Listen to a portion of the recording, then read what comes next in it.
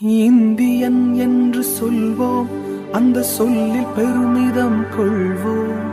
தீங்கற்ற தேசம் படைக்க நம் கைகளை இணைத்துக் கொள்வோம்.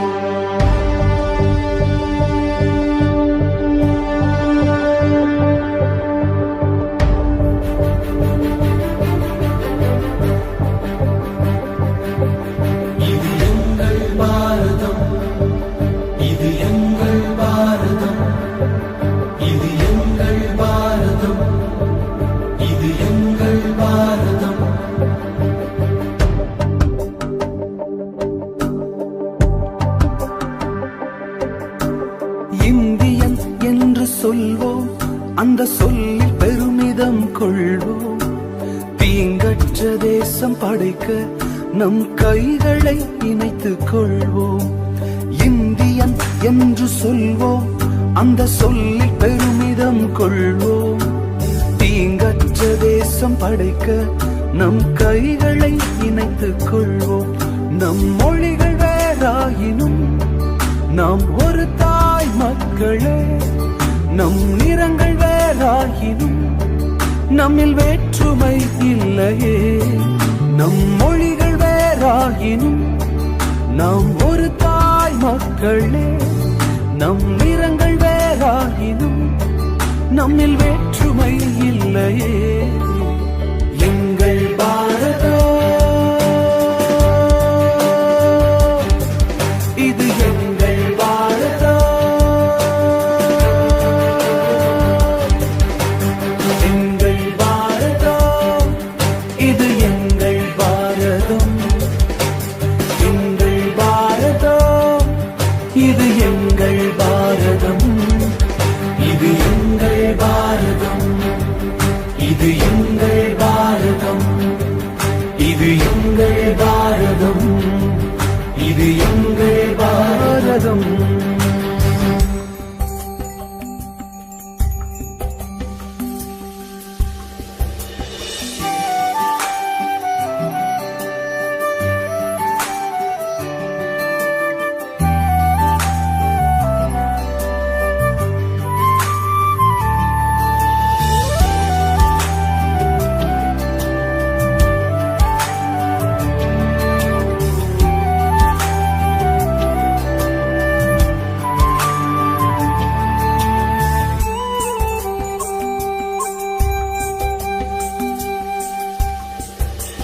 யுத்தங்கள் மாறணும், சமாதானம் பிறக்கணும்.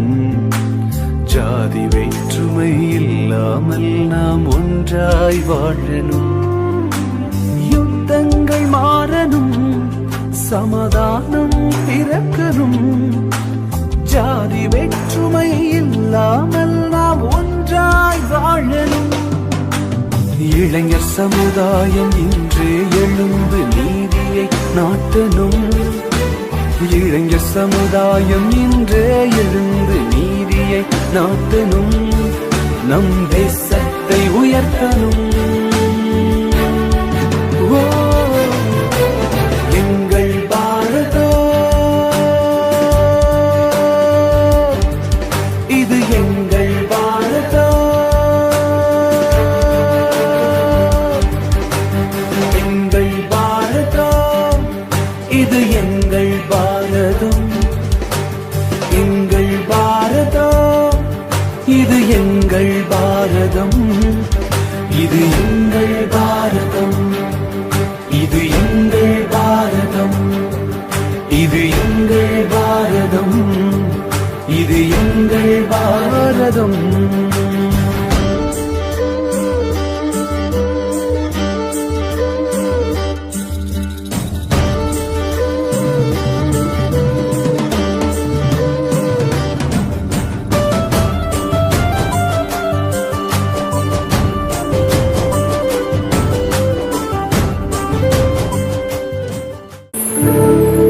கர்த்தருடைய பரிசுத்த நாமத்திற்கு மகிமை உண்டாவதாக. பிரைஸ் எவாஞ்சலிக்கல் டீம் மினிஸ்ட்ரீஸ் செல்விகுமார் அவர்கள் மூலமாக நன்றியும் வாழ்த்துக்களையும் வரவேற்பையும் நாங்கள் தெரிவித்துக் கொள்கிறோம். இந்த நிகழ்ச்சியை அழகாய் டெலிகாஸ்ட் பண்ணுகிற ஷாரோன் டிவி அவர்களுக்கும் எங்களை வாழ்த்துக்களை தெரிவித்துக் கொள்கிறோம்.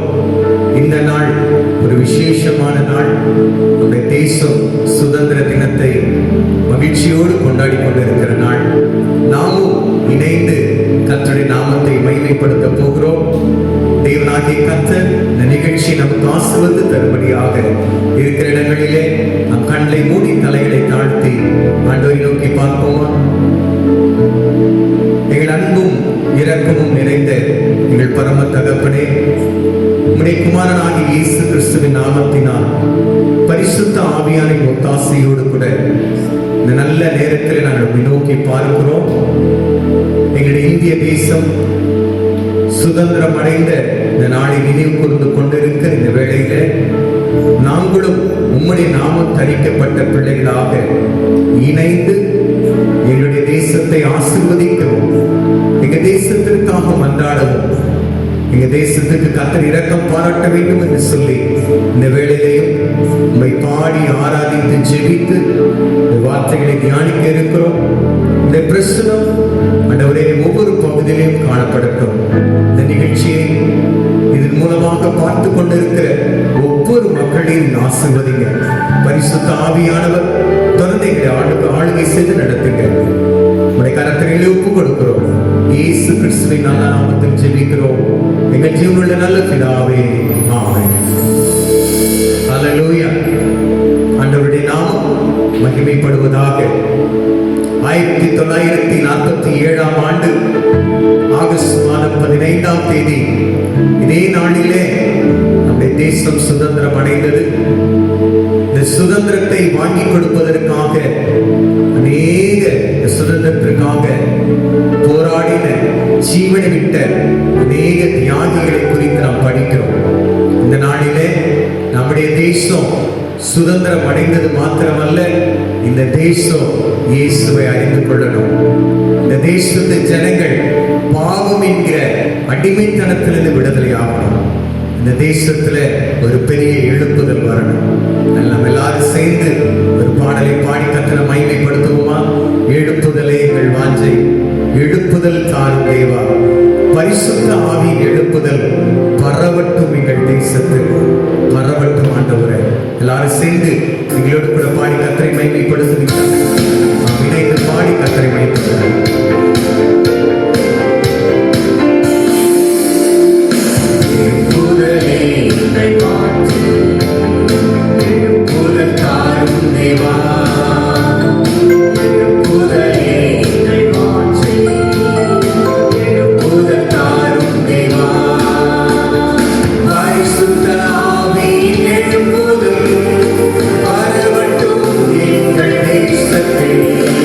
பரிசுத்த ஆவியின் எழுப்புதல்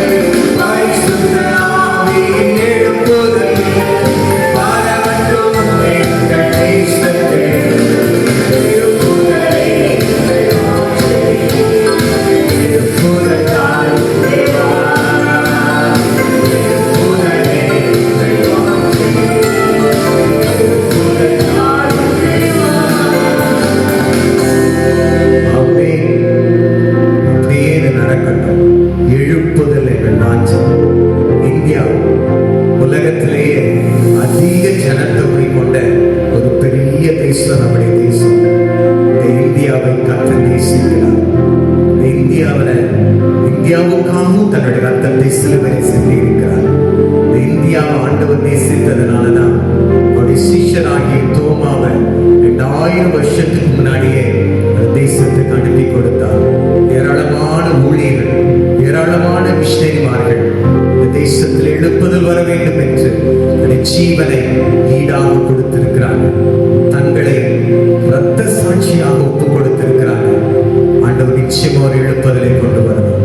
நம்ம அப்படி சொல்லமா, நம்ம படிச்சோம் பாண்டோம்ல, எங்கள் தேசத்தை அழிக்க வேண்டாம், நாங்கள் திறப்பிலே இருக்கிறோம்.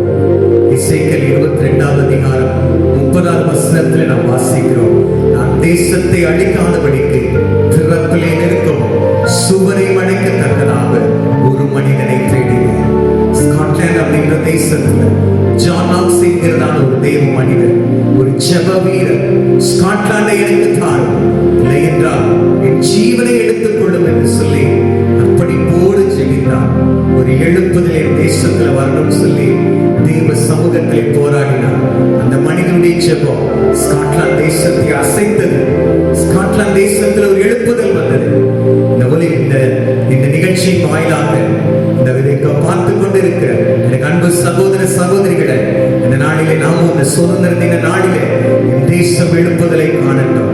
பாவத்துல மூட நம்பிக்கையில அடிமைப்பட்டு கிடக்கிற என் ஜனத்தை விடுதலையாக ஆண்டவரை சொல்லி திறப்பின் வாசலில் நின்று ஆண்டுடைய சமூகத்திலே மன்றாடி ஜெபிப்பீர்களா? ஆண்டுடைய சமூகத்துல என் தேசத்தில் ஒரு எழுப்புதல் வரட்டும் சொல்லி நாம் ஜெபிப்போமா? இன்னும் ஒரு பாடலை பாடி நம்பிக்கையோடு விசுவாசத்தோடு நாம் கர்த்தரை மகிமைப்படுத்த போகிறோம். நம்முடைய தேசத்தை குறித்த ஒரு பெரிய வாக்கு தத்தம் யோவேல் தீர்க்கதரிசன புஸ்தகம் 2வது அதிகாரத்தில், தேசமே பயப்படாதே, மகிழ்ந்து களிகூரு, கர்த்தர் பெரிய காரியங்களை செய்வார். நிச்சயமாகவே நம்முடைய தேசத்தில் கர்த்தர் பெரிய காரியங்களை செய்வார். விசுவாசத்தோடு இந்த பாடலை எங்களோடு கூட சேர்ந்து பாடி கர்த்தரை மையப்படுத்துங்க. தேசமே பயப்படாதே, மகிழ்ந்து களிகூரு, சேனையின் கர்த்தர் நம் நடுவிலே பெரிய காரியங்களை செய்திருவார்.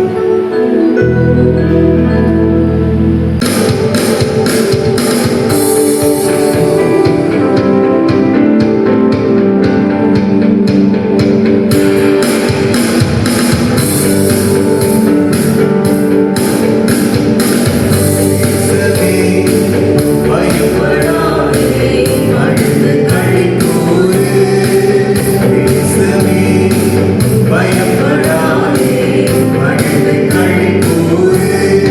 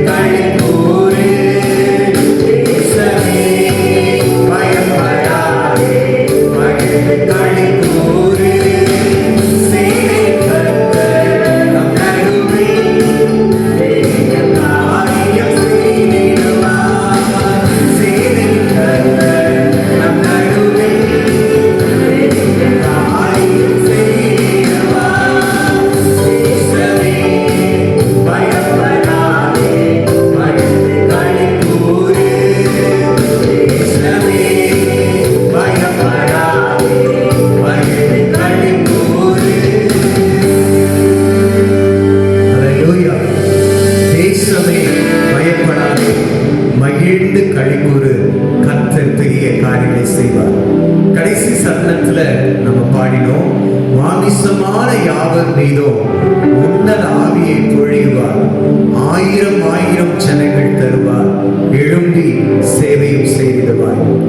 அப்படி இந்தியாவுடைய மத்தியில பீகார் என்கிற ஒரு மாநிலம் உண்டு. அந்த பீகார் மாநிலத்திற்கு மிஷனரிகள், ஊழியர்கள் போய் ஊழியம் செய்வது மிகவும் கடினமான ஒரு பகுதி.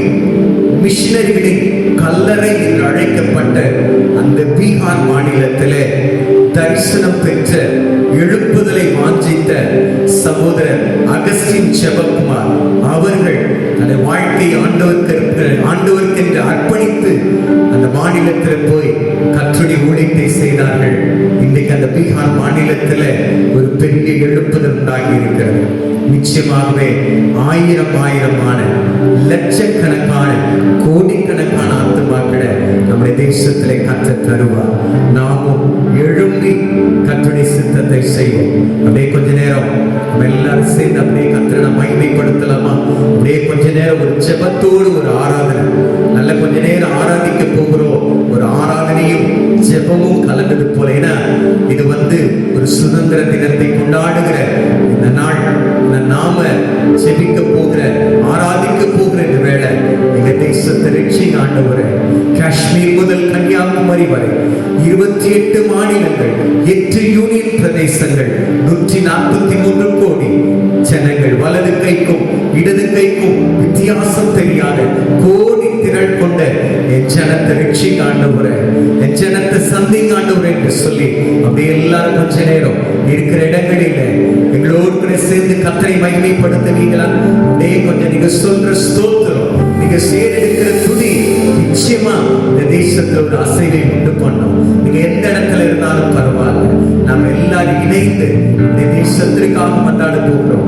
என் இந்தியாவை சந்திங்க ஆண்டவரே, என் இந்தியாவை ரட்சிங்க ஆண்டவரே. அப்படியே கண்களை மூடி வாய்களை திறந்து நல்ல ஆவியானுடைய ஒரு பின்மாறி மழை எங்க தேசத்துல பொழியட்டும், எங்க தேசத்துல பொழியட்டும் ஆண்டவரே. அப்படி எல்லாரும் சேர்ந்து எங்களோடு இணைந்து கர்த்தரை மகிமைப்படுத்துவீங்களா? உள்ளத்தில் ஒரு பெரிய பாரத்தோடு, ஒரு பெரிய ஏக்கத்தோடு, ஒரு பெரிய வாஞ்சையோடு கூட எங்களை ரட்சித்த தெய்வன், எங்களை பிள்ளைகளாய் தெரிந்து கொண்ட தெய்வன் எங்க தேசத்தை சந்திங்க ஆண்டவரே. எத்தனை மூட பழக்கங்கள், எத்தனை கட்டுகள், எத்தனை அடிமைத்தனம், எத்தனை பாவங்கள், எதையெல்லாமோ தெய்வம் என்று வணங்கி கொண்டிருக்கிற என் தெய்வத்துக்கு ஒரு தெய்வம், அப்படிப்பட்ட ஜனங்கள் நிரம்பி இருக்கிற எங்க தேசத்துல ஒரு அசைவை கர்த்தர் உண்டு பண்ணுங்க ஆண்டவரே. அப்படி எல்லாரும் கொஞ்ச நேரம் கண்களை மூடி ஹல்லேலூயா ஹல்லேலூயா மை துதிக்கிறோம் ஆண்டவரே. ஹல்லேலூயா ஹல்லேலூயா ஹல்லேலூயா. இயேசுவே நன்றியோடு நாங்கள் துதிக்கிறோம், மை துதிக்கிறோம், மை துதிக்கிறோம். ரட்சிக்க கூடாத வடிக்குடைய கை குறுகி போகவில்லை, நாங்கள் வாசிக்கிறோமே. இயேசுவே இன்னைக்கு சுதந்திர தினத்தை நினைவு கூர்ந்து கொண்டாடி கொண்டிருக்கிற இந்த தேசத்துல ஒரு உண்மையான சுதந்திரம், ஒரு உண்மையான விடுதலை, அது இயேசு ஒருவர் மாத்திரம் தான் முடியும். இயேசு ஒருவரால் தான் எந்த மனிதனை அவருடைய கட்டுகளில் இருந்து விடுதலையாக்க முடியும். குமாரன் உங்களை விடுதலையாக்கினார், நீங்கள் மெய்யாகவே விடுதலை ஆவீர்கள் என்று சொல்லப்பட்டிருக்கிறது. நாங்கள் எல்லாரும் இணைந்து இந்த நாமத்தை உயர்த்தி மகிமைப்படுத்துகிறோம். இயேசுவின் ரத்தத்தை தெளிக்கிறோம், இயேசுவின் ரத்தத்தை இந்தியாவின் எல்லைகளில் தெளிக்கிறோம். இந்தியாவில் இருக்கிற ஒவ்வொரு நகரங்கள், பெரு நகரங்கள் ஆண்டவரே துதிக்கிறோம். பெரிய பட்டணங்கள், சிறிய பட்டணங்கள், பெரிய கிராமங்கள், சின்ன கிராமங்கள், குக்கிராமங்கள், மலை கிராமங்கள், மீனவ கிராமங்கள், எல்லா இடங்களிலேயும் கல்வாரி ரத்தத்தை தெளிக்கிறோம். இயேசுவின் நாமத்தினாலே இந்த தேசத்தை கட்டி வைத்திருக்கிற சாபங்கள், இந்த தேசத்தை கட்டி வைத்திருக்கிற எல்லா அந்தகார வல்லமையின் கிரியைகள், இந்த தேசத்தை ஆண்டவரே, தேசத்து ஜனங்களை அடிமைப்படுத்தி வைத்திருக்கிற எல்லா பாவ அடிமை கணக்கிலிருந்து இந்த தேசம் விடுவிக்கப்படுவதாக. Thank you Lord. Hallelujah hallelujah hallelujah hallelujah. My துதிக்கிறோம் அப்பா, மை துதிக்கிறோம், மை துதிக்கிறோம் இயேசுவே, மை ஆராதிக்கிறோம். ஹalleluya. பரிசுத்த நாமத்தை உயர்த்தி மகிமைப்படுத்துகிறோம்.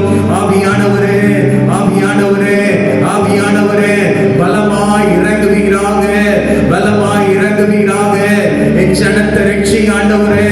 ஹalleluya hallelujah hallelujah hallelujah நன்றி நன்றி ஆவியானவரே, உம்மை துதிக்கிறோம், உம்மை துதிக்கிறோம், உம்மை துதிக்கிறோம் அப்பா. ஹalleluya ஹalleluya ஹalleluya ஹalleluya. நன்றி நன்றி நன்றி நன்றி நன்றி நன்றி ஆவியானவரே, உம்மை துதிக்கிறோம், உம்மை துதிக்கிறோம் அப்பா.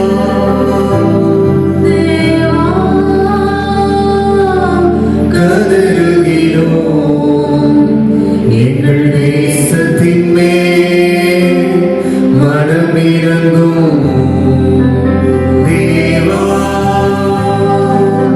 கதறுகிறோம் எங்கள் தேசத்தின் மேல் மனமிரங்கும் எழுப்புதல் என் தேசத்திலே என் கண்கள் காண வேண்டும்.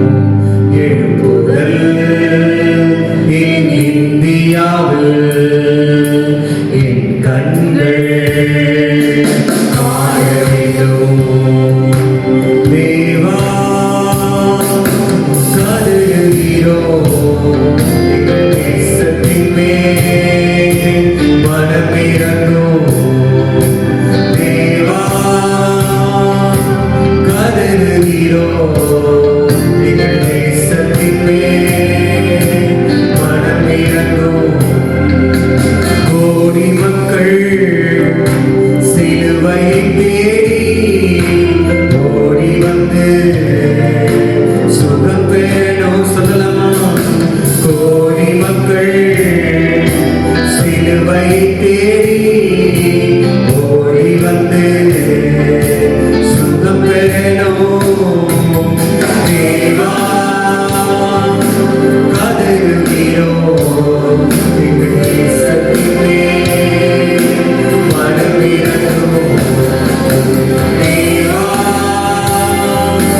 கதறுகிறோம் எங்கள் தேசத்தின் மேல் மனமிரங்கும். திருவா என் இயேசுவின் நாமம் முழங்கணுமே முழங்கணுமே.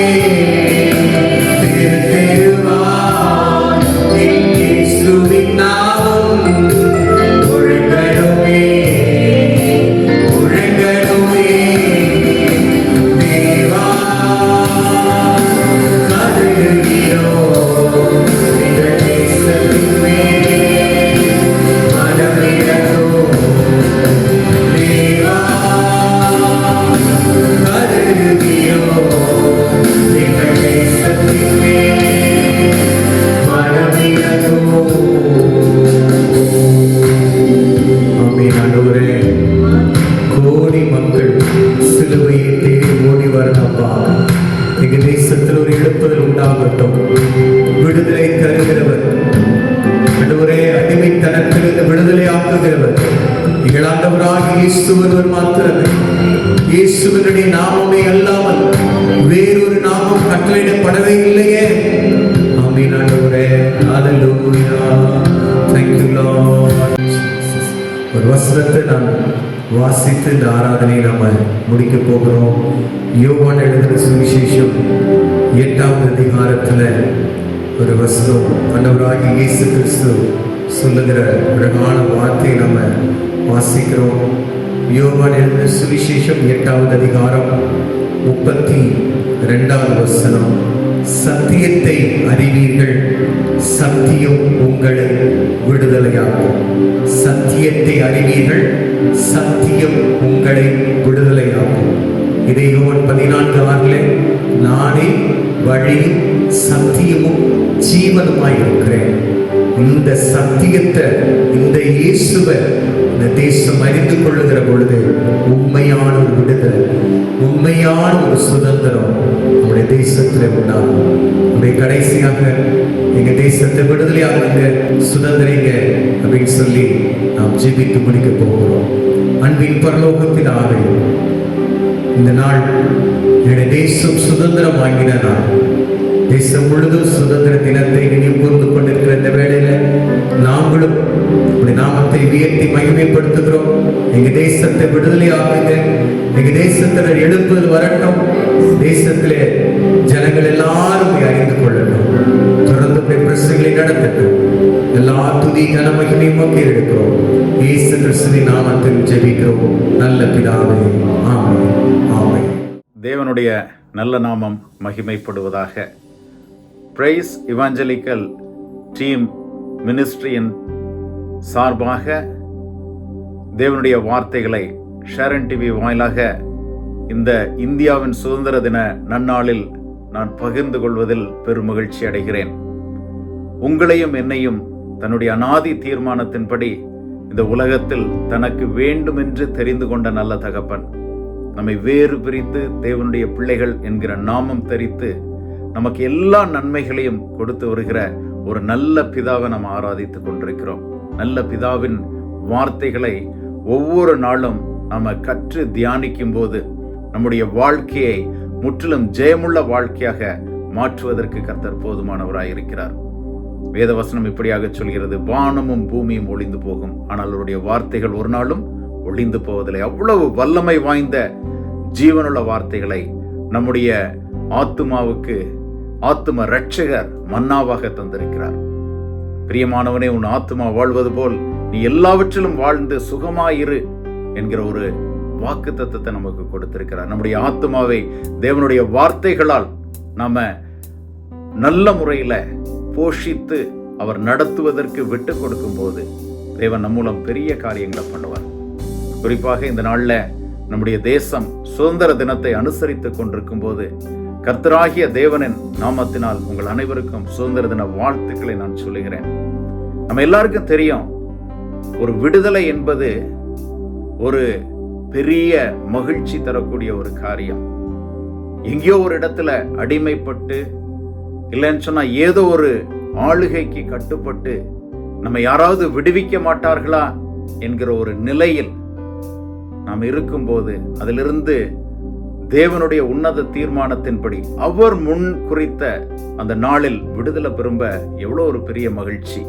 இதேதான் இந்தியா தேசமும் 1947 ஆகஸ்ட் 15வது நாளில் அது கர்த்தருடைய அநாதி தீர்மானத்தின்படி சுதந்திரம் பெற்றப்போ ஒரு பெரிய மகிழ்ச்சிக்குள்ளாக கடந்து சென்றது.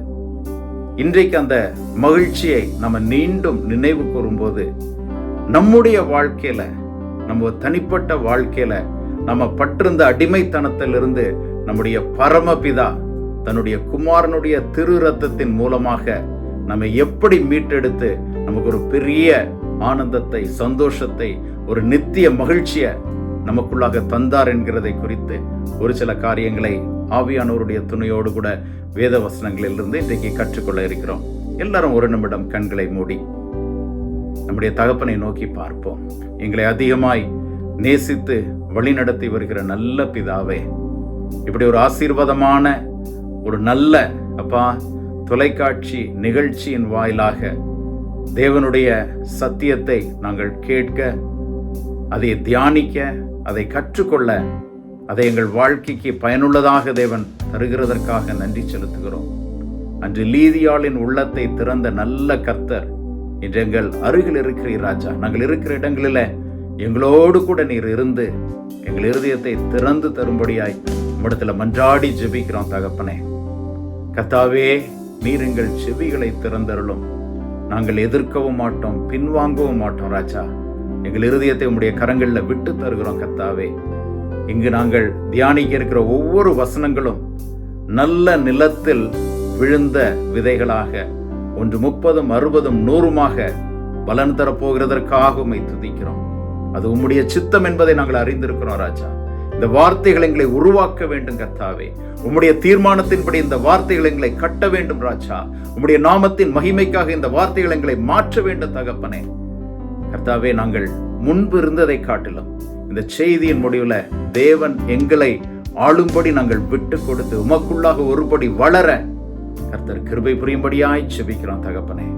இந்த வார்த்தைக்கு விரோதமாய் சத்துரு கொண்டு வருகிற எல்லா கிரியைகளையும் இயேசு கிறிஸ்துவின் அதிகாரத்தில் கடிந்து நான் அப்புறப்படுத்துகிறேன் ராஜா. ஒருவரே உம்முடைய சிலுவையின் நிழலில் என்னை மறைத்துக் கொண்டு உம்முடைய வார்த்தைகளை கர்த்தாவே வல்லமையோடும் அதிகாரத்தோடும் எங்கள் ஒவ்வொருவருக்கும் விட்டு தரும்படியாய் செபிக்கிறோம் தகப்பனே. காத்துக்கொள்ளுங்க, வழி நடத்துங்க, ஆசீர்வதிங்க. நீங்க போதுமானவராயிருந்து துவக்க முதல் முடிவு பரியந்தம் ஆவியானவர்களை ஆண்டு நடத்தும்படி உங்களுடைய ஆளுகைக்கு தத்தம் செய்கிறோம். இயேசு என்கிற இணையில்லாத நாமத்தில் ஜெபிக்கிறோம் போல நல்ல பிதாவே, ஆமென்.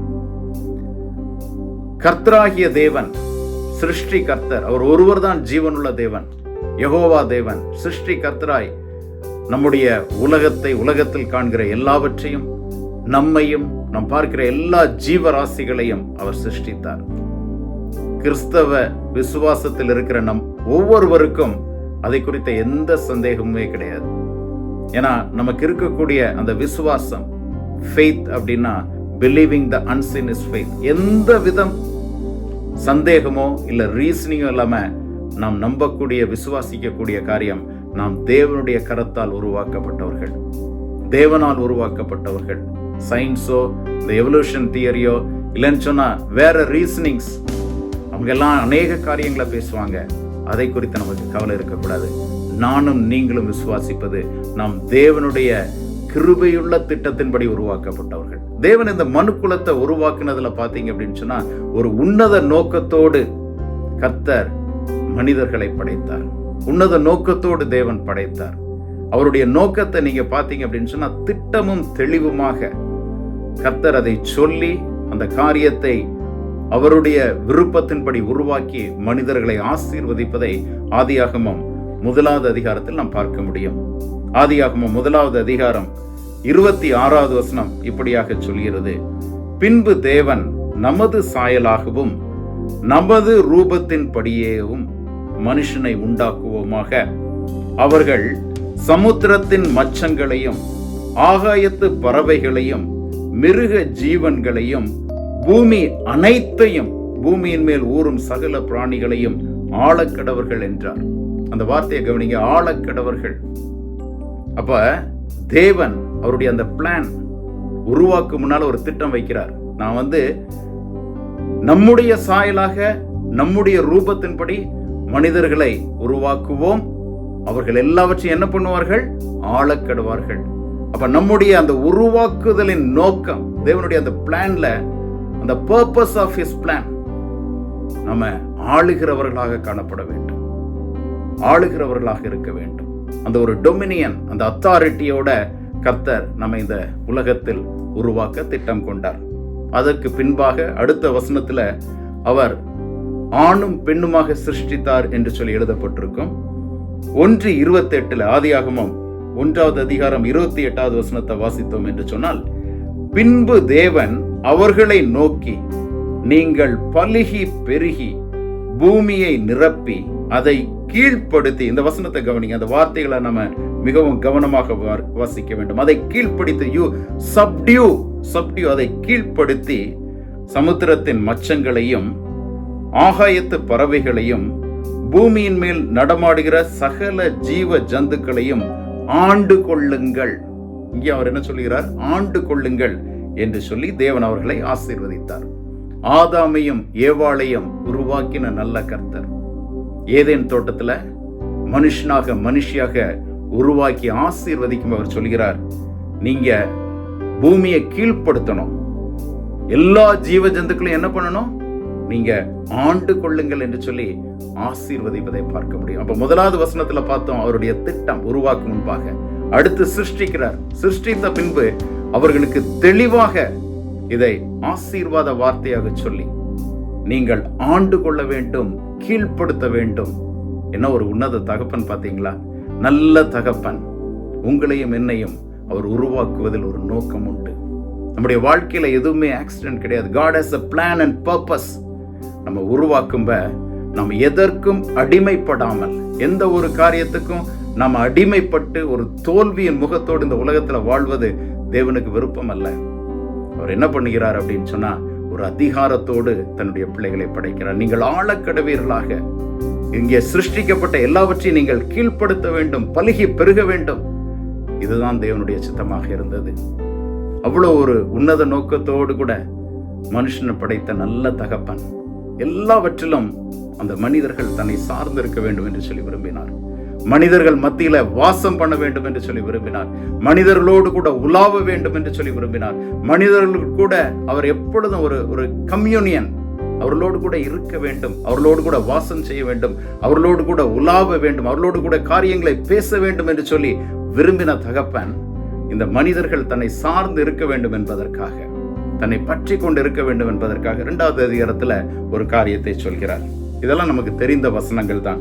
2வது அதிகாரம் 16வது வசனத்துல தேவனாகிய கர்த்தர் மனுஷனை நோக்கி, நீ தோட்டத்தில் உள்ள சகல விருட்சத்தின் கனியையும் புசிக்கவே புசிக்கலாம். 17வது வசனத்துல, ஆனாலும் நன்மை தீமை அறியத்தக்க விருட்சத்தின் கனியை புசிக்க வேண்டாம், அதை புசிக்கும் நாளில் சாகவே சாவா என்று கட்டளையிட்டார்.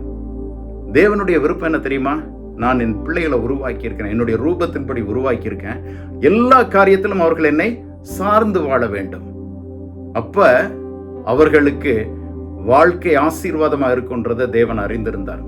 அதனாலதான் என்ன பண்றாருன்னா, அந்த ஏதேன் தோட்டத்துல அவர்கள் தன்னை முழுமையாய் பற்றி இருக்க வேண்டும் என்பதற்காக எல்லா விருட்சத்தின் கனியும் நம்ம புசிக்கலாம், ஆனா அந்த நடுவில் இருக்கக்கூடிய நன்மை தீமை அறியக்கூடிய அந்த ஒரு காரியத்தை மட்டும் பண்ணக்கூடாது என்பதை கர்த்தர் தெளிவாக நம்முடைய ஆதி பிதாவுக்கு சொல்கிறார். அதை புசிக்க கூடாது என்று சொல்கிறார். அதற்கு அப்புறம் நடந்தது நமக்கு தெரியும். வஞ்சிக்கிற சத்துரு வருகிறான். தேவன் இந்த சகல விருட்சத்தின் கனிகளையும் புசிக்க வேண்டாம் என்று கூறியது உண்டோ அப்படின்னு சொல்லி ஏவாள்கிட்ட ஒரு சந்தேகத்தை அவன் உருவாக்குவதை நம்ம பார்க்க முடியும். ஸ்திரீயானவள் வஞ்சிக்கப்பட்டு அது கண்ணுக்கு இனிமையாக புசிப்புக்கு நல்லதாக இருக்கின்றதை தெரிந்து கொண்டு தன்னுடைய மாம்ச இச்சையால் தூண்டப்பட்ட அந்த கனியை புசித்து அதை ஆதாமுக்கும் கொடுத்து உலகத்தை பாவத்துக்கு நேராக தள்ளினதை நாம் அங்க பார்க்க முடியும்.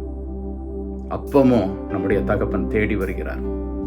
நீங்க யோசிச்சு பாருங்க, அவர்கள் நிர்வாணிகளாக உணர்கிறார்கள். அந்த 3வது அதிகாரத்தில் அப்படிதான் போட்டிருக்கு. அந்த கனியை புசித்தவுடன் அவர்களுடைய கண்கள் திறக்கப்படுகிறது. தாங்கள் நிர்வாணிகள் என்று உணர்ந்து தேவனுடைய சமூகத்திற்கு ஓடி ஒளித்துக் கொள்கிறார்கள். அவர் வருகிறார், அவர்தான் தேடி வரார். அப்ப அவர் கூப்பிட்டு அவர்களை கேட்டு அவர்கள் பண்ணின தவறை அவர்கள் சொல்லுகிறார்கள். சரியாக ஏற்றுக்கொள்ளாமல் மற்றவர்கள் மேல, ஆதாம் ஏவாள் மேலையும் ஏவாள் சர்ப்பத்தின் மேலையும் அந்த காரியத்தை கூறி சொல்லும்போது கர்த்தர் பூமியை இந்த மனிதர்களால் சபிக்கிறார். மனிதர்களை சபிக்கல, பூமியை சபிக்கிறார். மனிதர்களை ஏதேன் தோட்டத்திலிருந்து தேவன் துரத்தி விடும் முன்பாக ஒரு வாக்குத்தத்தத்தையும் கொடுக்கிறார். என்ன ஒரு அருமையான தகப்பன்! தேவன் எதிர்பார்த்தது எல்லாவற்றையும் நேர்த்தியாய் பண்ணி அந்த மனிதர்கள் தன்னை சார்ந்து வாழணும் அப்படின்னு சொல்லி எதிர்பார்த்து ஒரு சின்ன ஒரு கட்டளை தான் கொடுத்தார். அதை கடைபிடிக்க தவறி விட்டார்கள், சத்ருவால் வஞ்சிக்கப்பட்டு விட்டார்கள். அப்ப கூட தேவன் என்ன சொல்கிறார் அப்படின்னா, ஸ்திரீயின் வித்துக்கும், பாம்பை பார்த்து சொல்கிறார், உன் வித்துக்கும் ஒரு விரோதத்தை உண்டாக்குவேன். அந்த ஸ்திரீயின் வித்து அந்த பாம்பின் சர்ப்பத்தின் தலையை நசுக்குவார், நீ அவருடைய குதிங்காலை நசுக்குவாய். அப்படி சொல்லி ஒரு வாக்கு தத்தத்தை கொடுத்து மனித குலத்தை மீட்பதற்கான வாக்கு தத்தம் அங்கு பிறக்கிறது. தேவன் ஒரு திட்டத்தை உடனே உருவாக்குகிறார். இப்படிப்பட்ட ஒரு தோல்வி, பாவத்தில் விழுந்துட்டாங்க. தங்களுக்கு கர்த்தர் வைத்திருந்த அந்த நித்திய ஜீவன்ல இருந்து அவர்கள் என்ன பண்ணாங்க? அந்த ஸ்பிரிச்சுவல் டெத் அவங்களுக்குள்ளாக வந்து விட்டது, பாவம் பிறந்ததுனால. ஆனால் அவர்களை அப்படியே விட்டு விடக்கூடாது, மனித குலம் இப்படி அழிந்து போகக்கூடாது என்பதற்காக தேவன் அங்கேயே ஒரு உன்னத திட்டத்தை வாக்குத்தத்தம் பண்ணுவதை நாம் பார்க்க முடிகிறது. இப்படித்தான் பாவம் இந்த உலகத்திற்குள்ளாக வந்தது. ரோமர் 5வது அதிகாரம் 12வது வசனத்துல, இப்படியாக ஒரே மனுஷனாலே பாவமும் பாவத்தினாலே மரணமும் உலகத்தில் பிரவேசித்தது. அந்த ஒரு ஆதாமுடைய கீழ்ப்படியாமையினால் பாவமும், பாவத்தினாலே என்ன வந்தது? மரணமும் உலகத்தில் வந்தது. அந்த மரண பயம்தான் இன்றளவும் அநேக மனிதர்களை அடிமைப்படுத்தி அவர்களை ஒரு பயத்திற்குள்ளாக, ஒரு திகிலுக்குள்ளாக, ஒரு கலக்கத்திற்குள்ளாக கட்டி போட்டு வைத்திருப்பதை நம்மால் பார்க்க முடியும். ரோமர் 5:17 பார்த்தீங்கன்னா, அல்லாமலும் ஒருவனுடைய மீறுதலினாலே அந்த ஒருவன் மூலமாய் மரணம் ஆண்டு கொண்டிருக்க, இந்த வசனத்தை கரெக்டா கவனிங்க. ரோமர் 5:17, ஒருவனுடைய மீறுதலினாலே அந்த ஒருவன் மூலமாய் மரணம் ஆண்டு கொண்டிருக்க, மரணம் ஆண்டு கொண்டிருக்கு, கிருபையின் பரிபூரணத்தையும், கிருபை அன்மெரிட்டட் ஃபேவர், அதுடைய பரிபூரணத்தையும் நீதியாகிய ஈவின் பரிபூரணத்தையும் பெறுகிறவர்கள், அந்த கிருபையையும் அந்த நீதியாகிய ஈவையும் பெறுகிறவர்கள் இயேசு கிறிஸ்து என்னும் ஒருவராலே ஜீவனை அடைந்து ஆளுவார்கள் என்பது அதிக நிச்சயமாமே. அப்பாவுடைய அன்பு இதுல மிகவும் நேர்த்தியாக வெளிப்படுவதை என்னால் கண்டுகொள்ள முடிகிறது. உங்களுக்கு புரிஞ்சிருக்கும்னு நினைக்கிறேன். தேவன் நம்மை ஆளுகிறவர்களாக படைத்தார். ஏதேன் தோட்டத்துல ஆதி பிதாக்களை ஆளுகிறவர்களாக, பூமியை ஆளுகிறவர்களாக கர்த்தர் என்ன பண்ணுகிறார்? படைக்கிறார். ஆளுகிறதற்கான ஆசீர்வாதத்தையும் கொடுக்கிறார். ஆனா அவங்க வஞ்சிக்கப்பட்டு போயிடுறாங்க. ஆனா தகப்பன் அப்படியே அவர்களை விடுகிறவர் அல்ல, மனித குலத்தை விடுகிறவர் அல்ல. நம்ம மேல அநாதி அன்புடைய தேவன், நம்ம மேல சொல்லொன்னா அன்புடைய தேவன், ஒரு அன்கண்டிஷனல் லவ், எதையும் எதிர்பார்க்காத, விவரிக்க இயலாத அந்த அநாதி அன்புள்ள தேவன், அகாப்பே லவ். அவ்வளோ ஒரு நல்ல தகப்பன், அவ்வளோ ஒரு நல்ல அன்புள்ள தகப்பன் ஒரு பெரிய திட்டத்தை அதற்கு பின்பாக செயல்படுத்ததை நம்மால பார்க்க முடிகிறது. ஏதேன் தோட்டத்துல பூமியை ஆண்டு கொள்ளும்படியாக கொடுத்த அதிகாரம் அங்கு தொலைக்கப்பட்டது. ஆனா கர்த்தருடைய அன்பு என்ன செய்தது தெரியுமா? தன்னுடைய ஒரே குமாரனை, யோவான் 3:16-17 வசனங்கள்ல பார்த்தீங்கன்னா அதை தேவன் மிகவும் தெளிவாக எழுதி வைத்திருக்கிறார். யோவான் 3வது அதிகாரம் 16-17 வசனங்கள் நான் வாசிக்கிறேன். தேவன் தம்முடைய ஒரே பேரான குமாரனை விசுவாசிக்கிறவனவனோ அவன் கெட்டு போகாமல் நித்திய ஜீவனை அடையும்படிக்கு அவரை தந்தருளி இவ்வளவாய் உலகத்தில் அன்பு கூர்ந்தார். தேவனுடைய அன்பு கெட்டு போகக்கூடாது, தன்னுடைய சிருஷ்டிப்பாக இருக்கிற மனித குலம் கெட்டு போகக்கூடாது என்பதற்காக தன்னுடைய ஒரே பேரான குமாரனை செல்ல மகனாய், இந்த உலகம் யாருக்காக யார் மூலமாய் சிருஷ்டிக்கப்பட்டதோ அப்படி இருந்த கர்த்தராகிய இயேசு கிறிஸ்துவை அவர் என்ன பண்ணுகிறார்? நாம் கெட்டு போகக்கூடாது என்பதற்காக கிருபாதார பலியாய் இந்த உலகத்துக்கு அருளுகிறார். அப்படி கொடுத்து அன்பு கூர்ந்தார். 17வது வசனத்துல பாத்தீங்கன்னா, உலகத்தை ஆக்கினைக்குள்ளாக தீர்க்கும்படி தேவன் தம்முடைய குமாரனை உலகத்தில் அனுப்பாமல் அவராலே உலகம் ரட்சிக்கப்படுவதற்காகவே அவரை அனுப்பினார். இது தேவனுடைய அன்புங்க. தொலைந்து போன அந்த ஆளுமை, தேவனுக்கு கீழ்ப்படிந்து அவரோடு கூட சஞ்சரிக்க வேண்டிய மனித குலம் அதை தொலைத்துட்டு நின்னது.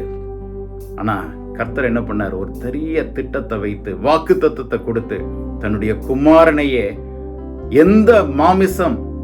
எந்த மாமிசத்தின் தூண்டுதல் இந்த வீழ்ச்சிக்கு காரணமா இருந்ததோ அந்த மாமிசத்தின் சாயலாக ஒரு மனித குமாரனாய் தேவ குமாரன் இந்த உலகத்தில் வந்தார்.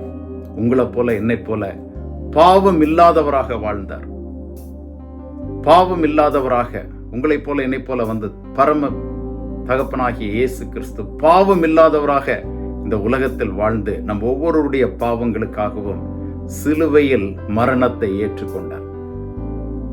மரித்த தேவன் 3வது நாள் உயிரோடு எழுந்து இன்று பிதாவின் வலது பார்சத்தில் இன்றளவும் நமக்கு பரிந்து பேசுகிற ஒரு நல்ல ஒரு அட்வொகேட்டா அவர் அமர்ந்து கொண்டிருக்கிறார். பரிந்து பேசுகிற பரம தகப்பன். அதுல யோசிச்சு பார்த்தீங்களா? கர்த்தருடைய சித்தம் நம்ம ஆள வேண்டும் என்பது. இப்ப இந்த வசனத்துல ரோமர் 5:17 நம்ம படித்தோம் இல்லையா? இயேசு கிறிஸ்து என்னும் ஒருவராலே ஜீவனை அடைந்து ஆளுவார்கள் என்பது அதிக நிச்சயம். அந்த கடைசி பகுதி சொல்கிறது, ஆளுவார்கள் என்பது அவரோடு கூட யுக யுகமாய் பரலோகத்தில் ஆட்சி செய்ய இருக்கும். ஒரு பெரிய தண்டனை நமக்கு வந்தது. அவர் தன்னுடைய குமாரனுடைய விலை மதிப்பில்லாத இரத்தத்தால அந்த தண்டனையிலிருந்து நம்மை மீட்டார். அது மாத்திரம் இல்ல, பரலோகத்தில் அவருக்கு சமமாக இயேசுவோடு கூட அமர்ந்து யுக யுகமாய் ஆளக்கூடிய ஒரு பெரிய ஆளுமையை நமக்கு கொடுத்திருக்கிறார். பூமியில் இழந்தது, ஏதேன்ல இழந்தத பரலோகத்தில் கர்த்தர் அவரோடு கூட, கர்த்தராகிய இயேசுவோடு கூட யுக யுகமாய் ஆளக்கூடிய அந்த ஒரு கிருபையை நமக்கு கொடுத்து தன்னுடைய அன்பை, ஒப்பிட முடியாத அன்பை, விவரிக்க முடியாத அன்பை அந்த ஆழம் எவ்வளவுனே நம்மளால புரிந்து கொள்ள முடியாது. அந்த அன்பின் ஆழம் எவ்வளவுன்றது நம்ம யாராலும் புரிந்து கொள்ள முடியாது. அப்படிப்பட்ட ஒரு அன்பை தேவன் நமக்கு வெளிப்படுத்தினதை இங்கு பார்க்க முடியும். இதே ரோமர் 5வது அதிகாரம் 19வது வசனம் இப்படியாக சொல்கிறது, அன்றியும் ஒரே மனுஷனுடைய கீழ்ப்படியாமையினாலே அநேகர் பாவிகளாக்கப்பட்டது போல ஒருவருடைய கீழ்ப்படிதலினாலே அநேகர் நீதிமான்களாக்கப்படுவார்கள். நம்ம எல்லாரும் அவருடைய திரு ரத்தத்தால் கழுவப்பட்டு நீதிமான்கள் ஆக்கப்பட்டு தேவனுடைய அந்த கிருபாசனத்திற்கு முன்பாக mercy throne-க்கு முன்னால நிற்கக்கூடிய அந்த கிருபையை பெறுகிறோம். கொஞ்சம் அதை யோசிச்சு பாருங்க. தொலைத்து விட்ட ஆளுமை, பூமியை ஆளும்படியாய் உருவாக்கப்பட்ட ஆதி தகப்பனும் ஆதி தாயும் பாவம் செய்ததுனால அந்த ஆளுமையை தொலைத்து ஏதேனிலிருந்து துரத்தப்படுகிறார்கள். நம்மேல் அன்புள்ள, மனதுருக்கம் உள்ள, மிகவும் சிநேகம் உள்ள நல்ல தகப்பன் அந்த ஒரு தோல்வியிலிருந்து நம்மை மீட்கும்படியாய் அதற்கு ஒரே ஒரு கிருபாதார பலி தன்னுடைய குமாரன் என்பதை அறிந்து அவரை மனுஷ உருவில் இந்த உலகத்தில் அனுப்புறார். அவர் நமக்காக பாவமானார் என்று சொல்லி வேதம் சொல்கிறது. பாவம் செய்யாத அவர் இந்த முழு உலகத்திற்காகவும் பாவமாகி கல்வாரி சிலுவையில தன்னுடைய ஜீவனை கொடுத்தார். கடைசி சொட்டு ரத்தம் வரையும் நம்மை நீதிமான்களாக மாற்றும்படியாய் அந்த கல்வாரி சிலுவையில் அவர் சிந்தினார். மரித்து அடக்கம் பண்ணப்பட்டு 3வது நாள் சொன்னபடி உயிரோடு எழுந்து பிதாவின் வலது பரிசில் விட்டிருக்கிறார். அதோடைய கிஃப்ட் என்ன தெரியுமா? நீங்களும் நானும் அவருக்குள்ளாக ரட்சிக்கப்பட்டு அந்த ரட்சிப்பு பரிபூர்ணப்படும் பரலோக ராஜ்யத்தில் போய் ஆளுகை செய்கிற அந்த கிருபையை திரும்ப ஒரு ஃப்ரீ கிஃப்ட் அவர் கொடுத்திருக்கிறார். உலக தகப்பன்மார், உலகபரமான பெற்றோர்கள் பிள்ளைகளை தண்டிப்பாங்க. ஆனா இங்க பரம தகப்பன் நமக்கு நாம் செய்த பாவத்திற்கு நாம் அவருக்கு சத்துருக்களாக இருக்கையில், அந்நியராய் இருக்கையில் நம்மை தெரிந்து கொண்டு அந்த அன்பின் நிமித்தம் அவர் ஒரு கிரியையை செய்து கிரியையை நடப்பித்து நம்மை மீட்டுக் கொள்வதை பார்க்க முடிகிறது. ரோமர் 6வது அதிகாரம் 14வது வசனம் இப்படியாக சொல்கிறது, நீங்கள் நியாய பிரமாணத்திற்கு கீழ்ப்பட்டிராமல் கிருபைக்கு கீழ்ப்பட்டிருக்கிறபடியால் பாவம் உங்களை மேற்கொள்ள மாட்டாது. இப்ப கிருபையின் காலத்தில் வாழ்ந்து கொண்டிருக்கிறோம். கர்த்தராகிய இயேசு அந்த கிருபையை நமக்கு கொடுத்திருக்கிறார். நியாய பிரமாணம் நிறைவேற்றாததை, நியாய பிரமாணத்தால் செய்ய முடியாததை தன்னுடைய சிலுவை பாடுகளினால், சிலுவை மரணத்தினால் பரமபிதா நிறைவேற்றினார். நிறைவேற்றி நம்மை கிருபைக்குள்ளாக அவர் வைத்திருக்கிறார். அந்த கிருபைக்குள்ளாக நம்ம இருக்க பாவம் நம்ம ஒரு நாள் மேற்கொள்ளாதுங்க. பாவத்துக்கு நம்ம அடிமைப்பட மாட்டோம். அப்ப தேவனுடைய கிருபை நம்மை சூழ்ந்து கொள்ள நம்மை தாழ்த்தி ஒவ்வொரு நாளும் அவருடைய பாதத்தில் அர்ப்பணிக்கணும். அப்ப அவங்க திட்டம் எனக்கு புரிந்து விட்டது. என்னுடைய ஆதி தகப்பனும் ஆதி தாயும் பண்ணின தவறு எனக்கு புரிந்து விட்டது. அவர்கள் உமக்கு கீழ்ப்படியல ராஜா. நீங்க எல்லாவற்றையும் அவர்களுக்கு கொடுத்தீர், ஆசீர்வதித்தீர், அவர்களோட நீர் சஞ்சரித்தீர், அவர்களோடு கூட இருந்தீர், உலாவினீர். அப்படி சொல்லியும் கூட அவர்கள் வஞ்சிக்கப்பட்டு விட்டார்கள். ஏன்னு சொன்னா ஏதோ ஒரு பெருமை, தங்களை உயர்வாக தேவனுக்கு கீழ்ப்படியாம போக ஏதோ ஒரு காரணம் அவர்களை தள்ளி இருக்கக்கூடும். நான் அப்படி இருக்கக்கூடாது ராஜா, உண்மை சார்ந்து கொள்ளணும். ஏன்னா வசனம் சொல்கிறது, அவருடைய வார்த்தைக்கு வசனத்துக்கு அஞ்சி நடுங்குகிறவர்களை பார்க்கிற நல்ல கர்த்தர். அப்படிப்பட்ட ஒரு உணர்வுள்ள இருதயத்தை தாங்கப்பா. உம்முடைய வார்த்தைக்கு நான் அஞ்சி நடுங்கணும் தகப்பனே. உம்முடைய பாதத்தில் எப்பொழுதும் வீழ்ந்து கிடக்க வேண்டும். உண்மை அல்லாமல் எனக்கு எந்த விதமான ஒரு ஆசீர்வாதம் இந்த உலகத்துல இல்லைன்ற ஒரு நிச்சயத்தோடு ஆசீர்வதிக்கிற தேவன் தான் எனக்கு வேணும் அப்படின்னு சொல்லி என்னை தாழ்த்தி அவருடைய பாதத்துல நான் கொடுக்கும்ப இந்த உலகமும் மாமிசத்தையும் நான் மேற்கொள்கிறேன். நான் தாழ்த்த தான் அவருடைய கிருபை என்னில் பெருகுகிறது. அவருடைய கிருபை என்னில் பெருகும்ப எந்த ஒரு பாவமும் என்னை மேற்கொள்ள மாட்டாது. அதனாலதான் ரோமர் 6:17 இப்படியாக சொல்கிறது, முன்னே நீங்கள் பாவத்திற்கு அடிமைகளாய் இருந்தும் இப்பொழுது உங்களுக்கு ஒப்புவிக்கப்பட்ட உபதேச சட்டத்திற்கு நீங்கள் மனப்பூர்வமாய் கீழ்ப்படிந்ததுனால, இதை கவனிங்க, மனப்பூர்வமாய் இந்த தேவனுடைய சுவிசேஷத்துக்கு நம்ம கீழ்ப்படிந்ததுனாலே தேவனுக்கு ஸ்தோத்திரம். ஏன்னு சொன்னா பாவத்தினின்று 18வது வசனம், நீங்கள் விடுதலையாக்கப்பட்டு நீதிக்கு அடிமைகளானீர்கள். முன்பு எதுக்கு அடிமையா இருந்தோம்? பாவத்திற்கு அடிமையா இருந்தோம். ஆனா இப்பொழுது நம்ம பாவத்திலிருந்து, அந்த அடிமைத்தனத்திலிருந்து விடுதலையாக்கப்பட்டு நீதிக்கு அடிமைகளானீர்கள். எப்ப கர்த்தராகிய இயேசுவை நீங்களும் நானும் சொந்த ரட்சகராக ஏற்றுக்கொண்டோமோ, ஏன்னா இந்த ரட்சிப்புன்றது very simple, it's a free gift. எனக்கு இந்த செய்தியை பார்த்து கொண்டிருக்கிற நீங்கள் யாராவது இன்னும் ரட்சிக்கப்படலை, இல்லை அந்த ரட்சிப்பு நிச்சயம் இல்லை அப்படின்னு சொன்னா ஒரே ஒரு காரியம் தான் பண்ணணும். கர்த்தராகிய இயேசுவை சொந்த ரட்சகராக நீங்கள் உங்கள் மனதில் ஏற்றுக்கொள்ளணும். ஏற்றுக்கொண்டு அவர் என்னுடைய பாவங்களுக்காக கல்வாரி சிலுவையில ரத்தம் சிந்தி மரித்தார், 3வது நாள் மீண்டும் உயிரோடு எழுந்து பிதாவின் வலது பரிசத்துல வீற்றிருக்கிறார் என்றதை விசுவாசிக்கணும். அதை விசுவாசித்து நான் அவரை விசுவாசிக்கிறேன், அவருடைய இரத்தத்தால் மீட்கப்பட்டிருக்கிறேன்னு நம்முடைய வாயினால் அறிக்கை பண்ணும்ப ரட்சிப்பு நமக்கு இலவசமாக கிடைக்கிறது. இதுதான் salvation. Salvation is the first stage of life, spiritual life. அது கடைசி பகுதி அல்ல, ஃபர்ஸ்ட் ஸ்டேஜ். கிறிஸ்துவை நம்ம ஏற்றுக்கொண்டு அவரிடத்தில் நம்முடைய பாவங்களை அறிக்கை பண்ணி, அவர் எனக்காக மரித்தார், எனக்காக உயிரோடு எழுந்தார், இன்று ஜீவனோடு இருக்கிறார், பிதாவின் பக்கத்தில் இருக்கிறார். அதுபோல நானும் பாவத்திற்கு மரித்தேன்.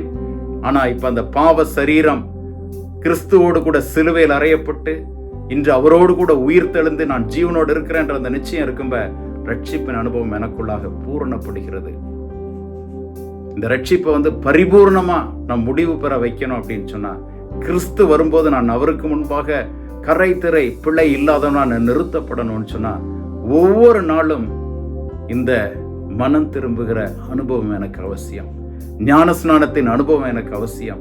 கிறிஸ்துவோடு கூட நடக்கக்கூடிய அந்த வாழ்க்கை எனக்கு அவசியம். ஒவ்வொரு நாளும் நான் அவரை சார்ந்து வாழ்கிறேன் அப்படின்ற ஒரு அனுபவத்திற்குள்ளாக நான் நடத்தப்படும்போதுதான் அந்த ரட்சிப்பு என்பது என்னில் பூரணப்படுகிறது.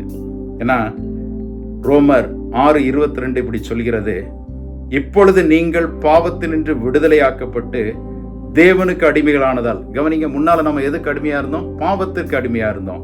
கிறிஸ்துவின் ரட்சத்தினால் அந்த பாவத்திலிருந்து நம்ம என்ன பண்ணப்பட்டிருக்கிறோம்? விடுதலையாக்கப்பட்டிருக்கிறோம்.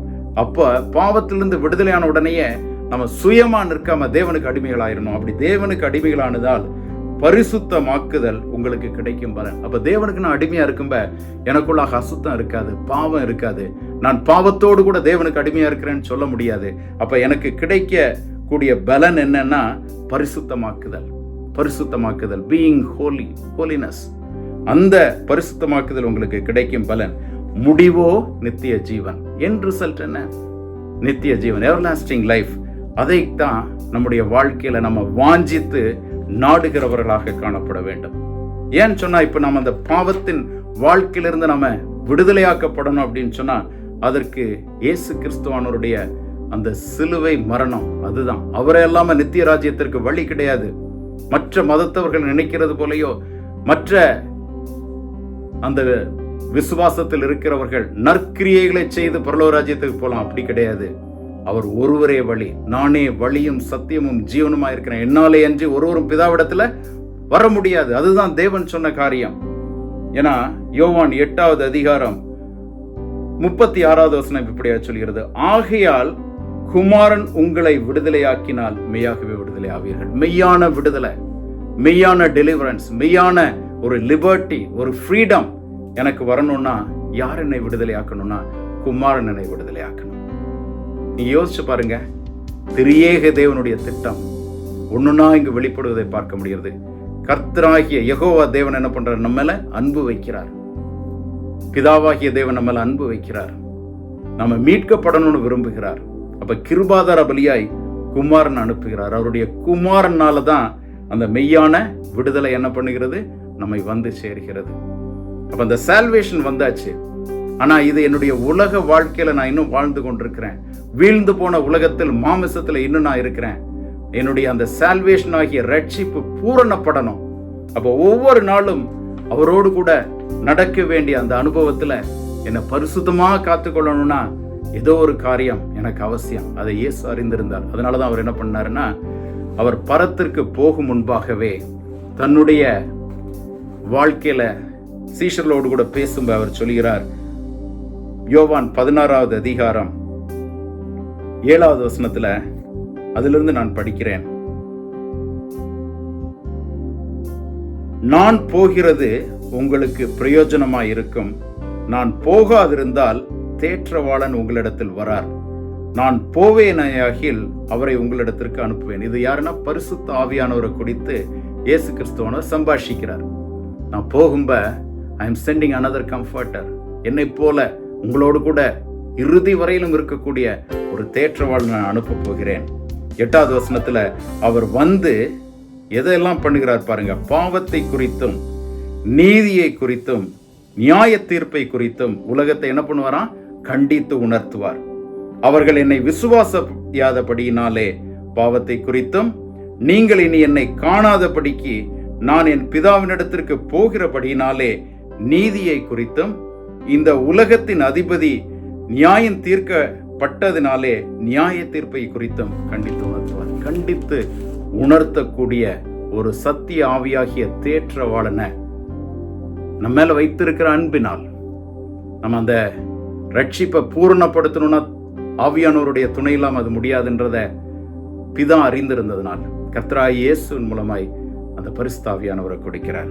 13வது வசனம் யோவான் 16:13 இப்படியாக சொல்கிறது. சத்தியாவியாகிய அவர் வரும்போது சகல சத்தியத்திற்குள்ளும் உங்களை நடத்துவார்.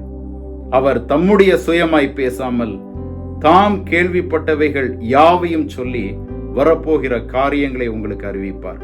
அவர் என்னுடையதில் எடுத்து உங்களுக்கு அறிவிப்பதனால் என்னை மகிமைப்படுத்துவார். பிதாவினுடையவைகள் யாவும் என்னுடையவைகள், அதனாலே அவர் என்னுடையதில் எடுத்து உங்களுக்கு அறிவிப்பார் என்றேன். கர்த்தராகிய இயேசு சொன்ன ஒவ்வொரு காரியத்தையும் நமக்கு நினைவுபடுத்துவார். வேத வார்த்தைகளை நமக்கு நினைவுபடுத்துவார். அதாவது இந்த ஆவியானவர் வரும்போது நமக்கு இப்ப முதலாவது பார்த்தோம் இல்லையா, குமாரன் விடுதலையாக்கினாதான் நம்ம என்ன பண்ணுவோம்? மெய்யான விடுதலை பெற முடியும். அப்ப அடுத்த காரியத்துல பாத்தீங்க அப்படின்னு சொன்னா 2 கொரிந்தியர் 3:17 இப்படியாக சொல்கிறது. கர்த்தரே ஆவியானவர், கர்த்தருடைய ஆவி எங்கேயோ அங்கு விடுதலை உண்டு. அப்ப பரிசுத்த ஆவியானவர் வரும்போது, பரிசுத்த ஆவியானவர் நமக்குள்ளாக கிரியை செய்யும்ப நம்ம விடுதலைக்கு நேராக நடத்தப்படுகிறோம். எப்படி? யோவான் 8:32 சத்தியத்தையும் அறிவீர்கள், சத்தியம் உங்களை விடுதலையாக்கும். தேவனுடைய வார்த்தைகள் சத்தியமானவைகள், அதை நம்மை விடுதலையாக்கக்கூடிய வல்லமை உடையது. ஒவ்வொரு நாளும் நம்முடைய பரமனின் பாதத்தில் அமர்ந்து தேவனுடைய வார்த்தைகளை படிக்க படிக்க படிக்க அது நம்மை சுத்திகரிக்கும். அந்த வார்த்தைகள் இருபுறமும் கருக்குள்ள பட்டயம், வல்லமை உள்ளவைகள், அவை நம்மை உருவாக்கும். அப்ப இந்த வார்த்தைகளை நம்ம படிப்பதோடு அதை சத்திய ஆவியாகிய தேற்றவாளன் நமக்கு ஒவ்வொரு நாளும் ஆவியானவர் நினைவுபடுத்துவார். நம்முடைய குறைகளை நமக்கு உணர்த்துவார். நமக்குள்ளாக பரிசுத்த ஆவியானவர் இருந்து நம்மை ஒவ்வொரு காரியத்திலும் வழி நடத்துவதை நம்மால பார்க்க முடியும். ஆவியானவர் நமக்குள்ளாக இருக்கும். ஆவி எங்குண்டோ அங்கு விடுதலை உண்டு. அதனாலதான் கர்த்தராகிய இயேசு தன்னுடைய சீஷர்கள்ட்ட அவரு பரமேறும் முன்னால அந்த ஆவியானவருடைய அபிஷேகத்தை பெறணுன்றத மிகவும் நேர்த்தியா அவர்களுக்கு சொல்லிக் கொடுத்தார். அது வரைக்கும் நீங்க தரித்திருக்கணும். பரிசுத்த ஆவியின் ஞானஸ்நானம் அவசியம்ன்றத அங்கு இயேசு கிறிஸ்துவானவர் சொல்லும் போது அப்போஸ்தலர் 1:8 பரிசுத்த ஆவி உங்களிடத்தில் வரும்போது நீங்கள் பலனடைந்து எருசலேமிலும் யூதேயா முழுவதிலும் சமாரியாவிலும் பூமியின் கடைசி பரியந்தமும் எனக்கு சாட்சிகளாயிருப்பீர்கள் என்றார். எவ்வளவு ஒரு அருமையா சொல்லியிருக்கார் பாத்தீங்களா? எல்லா இடத்திலும் பூமியின் கடைசி வரையிலும் நீங்க எனக்கு சாட்சியா இருக்கணும்னா பரிசுத்த ஆவியானவர் அவசியம். அப்ப நீங்க எருசலேமில் தரித்திருந்த அந்த பரிசுத்த ஆவியானவரை பெற்றுக்கொள்ளணும்னு சொல்லி சீஷர்களுக்கு சொல்கிறார்.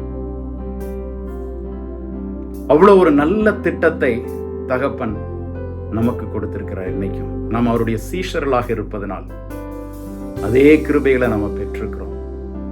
குமாரன் விடுதலையாக்கினா மெய்யான விடுதலை. அப்ப அந்த பாவத்தின் அடிமைத்தனத்திலிருந்து நீதியின் அடிமைத்தனத்திற்குள்ளாக, நீதிக்குள்ளாக, தேவனுடைய அடிமைத்தனத்திற்குள்ளாக, தேவனுடைய பிள்ளைகளாக நாம மாற்றுவதற்கு குமாரன் நம்மை விடுதலையாக்குகிறார்.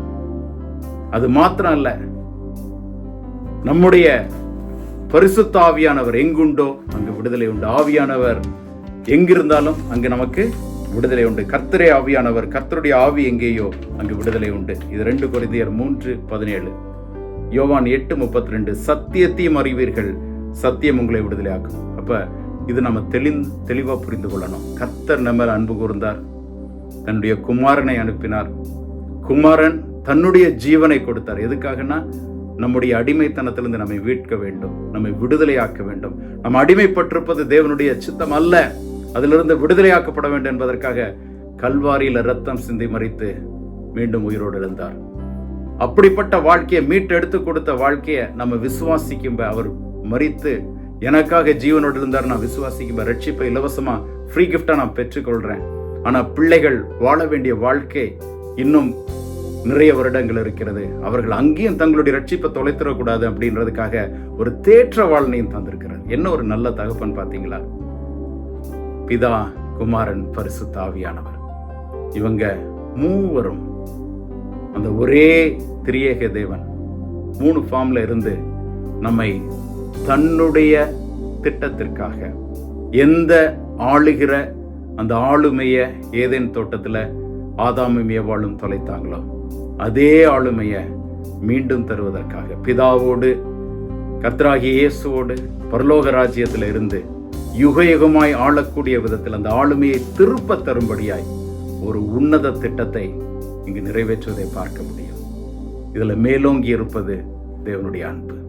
எவ்வளவு ஒரு நல்ல தகப்பன், எவ்வளவு ஒரு அன்பான தேவன், தன்னுடைய குமாரனையே ஜீவ பலியாய் கொடுத்து நம்மை மீட்டுக் கொள்வார்னா நம்முடைய வாழ்க்கையில் மீதமான நன்மைகளை அவர் தராமல் இருப்பது எப்படி? இந்த கிறிஸ்துவின் அன்பை நம்ம புரிந்து கொள்ள வேண்டும். கிறிஸ்துவின் அன்பை புரிந்து கொண்டு விட்டா இந்த உலகத்துல எதுவுமே நம்மை அடிமைப்படுத்த முடியாது, இந்த உலகத்தில் எதுவுமே நம்மை வீழ்த்த முடியாது, உலகத்தில் இருக்கிற எந்த காரியங்களும் நம்மை மேற்கொள்ள முடியாது. அவருடைய கிருபைக்குள்ளாக நாம நிலைத்திருந்து அவருடைய பிரசனத்துல தரித்திருந்து, அப்பா நீங்க போதும், நீங்க தான் என் வாழ்க்கைக்கு அவசியம் அப்படின்னு சொல்லி அறிக்கை பண்ணி விடுதலையாக்கப்பட்டவர்களாய், எல்லா அடிமைத்தனத்திலிருந்தும் பரிபூர்ணமா விடுதலையாக்கப்பட்டவர்களாய் தேவன் கொடுக்கிற அந்த பரிசுத்த சுதந்திரத்திற்கு நம்ம தயார் செய்யும்படியா இந்த நாள் கர்த்தர் அழைக்கிறார். இந்திய தேசம் ஒரு சுதந்திர தினத்தை அனுசரிச்சுட்டு இருக்கு. இயேசு கிறிஸ்துவானவருடைய சீஷன் தோமா இந்த தேசத்துல வந்து இரத்த சாட்சியாய் மரித்ததன் மூலமாய் தேவன் இந்த தேசத்தை குறித்து வைத்திருந்த தன்னுடைய உன்னத திட்டத்தை நம்மள உணர்ந்து கொள்ள முடியும். அது மாத்திரம் அல்ல, எத்தனையோ மிஷனரிமார்கள், எத்தனையோ ஊழியக்காரர்கள் கோதுமை மணியாய் வேறு தேசங்களிலிருந்து வந்து இந்த தேவனுடைய சத்திய வசனத்தை நமக்கு போதித்து விதைக்கப்பட்டிருக்கிறார்கள். இன்னைக்கு இந்தியர்களாக நீங்களும் நானும் என்ன செய்து கொண்டிருக்கிறோம்? அந்த தேவனுடைய உன்னத அன்பை மற்றவர்களுக்கு கடத்தி விடும்படியாய் நாம் அழைக்கப்பட்டிருக்கிறோம். கடத்தி விடும்படியாய் திறப்பில் நின்று நம்முடைய தேசத்திற்காக கண்ணீர் விட்டு கதறி அழ வேண்டியது நம்ம ஒவ்வொருவருடைய கடமை. இவ்வளவு ஒரு பெரிய நோக்கத்தோடு இந்த இந்தியாவை தெரிந்து கொண்டீங்களே ராஜா, உங்களுடைய சீஷனியை அனுப்புனீங்களே, அந்த உன்னத திட்டத்தில் நானும் பங்குள்ளவனா மாறணும் அப்படின்னு சொல்லி ஒவ்வொரு நாளும் அவருடைய பாதத்திலிருந்து ஜெபிக்கணும். இந்திய தேசம் அடிமைத்தனத்திலிருந்து விடுதலை பெற்றது 1947 ஆண்டு ஆகஸ்ட் 15. நம்முடைய வாழ்க்கை என்றைக்கு கர்த்தராகிய இயேசுவின் கரத்தில் அர்ப்பணிக்கப்பட்டதோ அன்னைக்கு பாவத்தின் அடிமைத்தனத்திலிருந்து நாம் ஒரு சுதந்திரத்தை, ஒரு மீட்பை, விடுதலையை பெற்றுக்கொண்டோம். நாம் மட்டும் நலமாய் இருப்பதற்காக அல்ல. இன்னும் மந்தையில் சேராத எத்தனையோ ஆடுகள் இந்தியாவின் பல பகுதிகளில் இருக்காங்க. ஒருவேளை நம்ம மிஷனரி ஊழியம் பண்ண நமக்கு காலிங் இல்லாம இருக்கலாம், அங்க போய் பணித்தளங்கள் இருக்க காலிங் இல்லாம இருக்கலாம். ஆனா கர்த்தருடைய பாதத்துல தினமும் இவர்களுக்காக கொஞ்ச நேரம் நம்முடைய தேசத்தை நினைத்து சந்திக்கப்படாத ஜனங்கள் சந்திக்கப்படணும்ப்பா, மீட்கப்படாதவர்கள் மீட்கப்படணும் ராஜா, நம்முடைய அன்பான திட்டத்தை உணராதவர்கள் உணர்ந்து கொள்ளணும்ப்பா அப்படின்னு சொல்லி ஒவ்வொரு நாளும் நம்ம ஜெபித்தோம்னா அந்த ஜெபம் நம்முடைய பரமபிதாவின் கிருபை இந்த தேசத்துக்கு பெற்று தருங்க. இன்னைக்கு அப்படி ஒரு தீர்மானம் எடுப்போம்.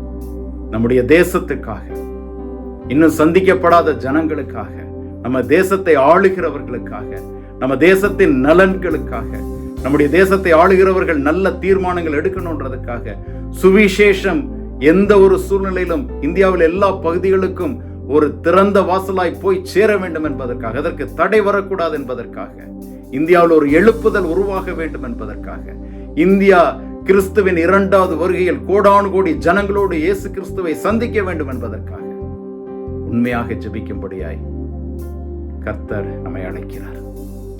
இதுதான் இன்னைக்கு நம்ம இந்த சுதந்திர தினத்தை அனுசரித்துக் கொண்டிருக்கும் நம்முடைய உள்ளத்தில் எடுக்க வேண்டிய தீர்மானம்.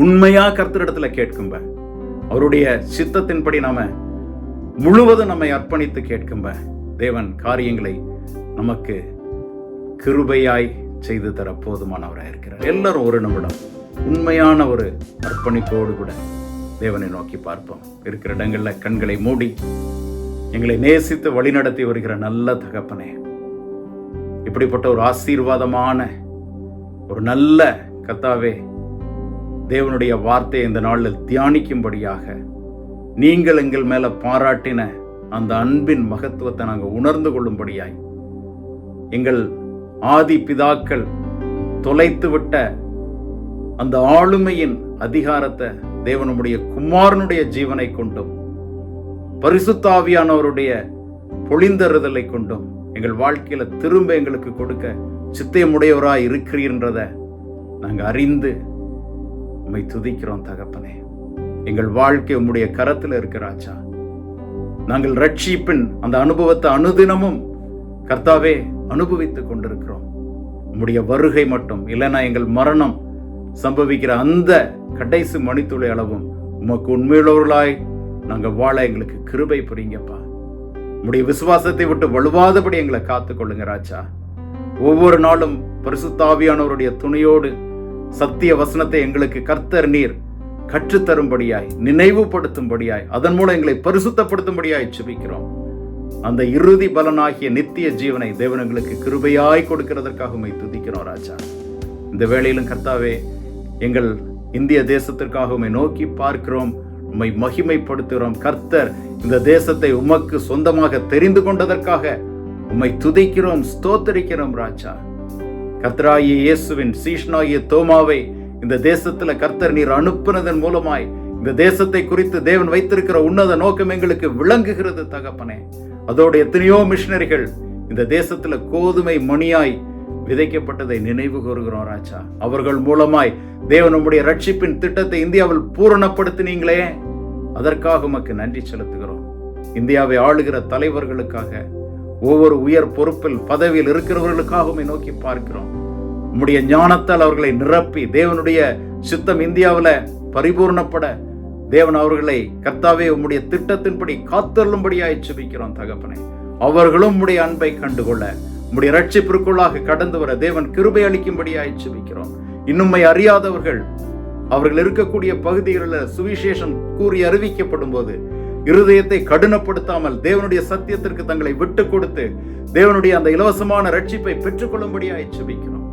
எல்லா இடங்களிலும் கர்த்தருடைய நாமம் இதன் மூலம் மகிமைப்படணும் ராஜா. எங்களுக்கு கிடைத்த இலவசமான இந்த ரட்சிப்பை மற்றவர்களுக்கும் எங்களுடைய மற்ற சகோதர சகோதரிகளுக்கு நாங்கள் கடத்தி விட தேவன் எங்களுக்கு கிருபை புரியும்படியாய் ஜெபிக்கிறோம். கர்த்தருடைய நாமம் மாத்திரம் இதுல மகிமைப்படுவதா. யாராவது வேதனைகளோடு, கஷ்டத்தோடு, கண்ணீரோடு, கவலையோடு, ஏதாவது ஒரு அடிமைத்தனத்துல கர்த்தாவே சிக்குண்டவர்களா இந்த தொலைக்காட்சி நிகழ்ச்சியை பார்த்துட்டு இருப்பாங்கன்னா, தேவன் கொடுத்திருக்கிற வல்லமையின் அதிகாரத்தின்படி கர்த்தராகிய இயேசுவின் நாமத்தினாலே அவர்களை விடுதலையாக்கி ஜெபிக்கிறோம் தகப்பனை. பொல்லாத பிசாசின் எல்லா தந்திரங்களும் அவர்கள் வாழ்க்கையிலிருந்து முழுமையாய் அகற்றப்படுவதாக. கர்த்தர் ஒருவரை ஆண்டு நடத்துவீராக. கர்த்தாவே உம்முடைய பாதத்துல இந்த பெட் மினிஸ்ட்ரியும் உம்முடைய பாதத்துல தருகிறபடி நல்ல ஊழியத்தை தேவன் கொடுத்திருப்பதற்காக ஸ்தோத்திரம். ஊழியம் செய்கிறவர்களை கர்த்தர் தாமே உம்முடைய விசேஷித்த கிருபையாலும் அபிஷேகத்தாலும் நிரப்பி இன்னும் அந்த ஊழியம் வளர விருத்தியடைய நாங்கள் வாழ்த்தி ஜெபிக்கிறோம் தகப்பனே. இதை அப்பா ஒளிபரப்பு செய்கிற ஷேரன் டிவிக்காக உம்மை துதிக்கிறோம்.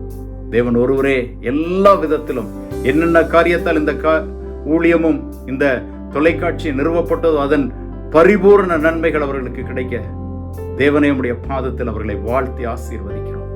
இயேசு என்கிற இணையில்லாத நாமத்தில் ஜெபிக்கிறோம் அன்புள்ள நல்ல பிதாவே, ஆமென். கர்த்தராகிய தேவன் தாமே உங்களை ஆசீர்வதிப்பாராக. ஆமென்.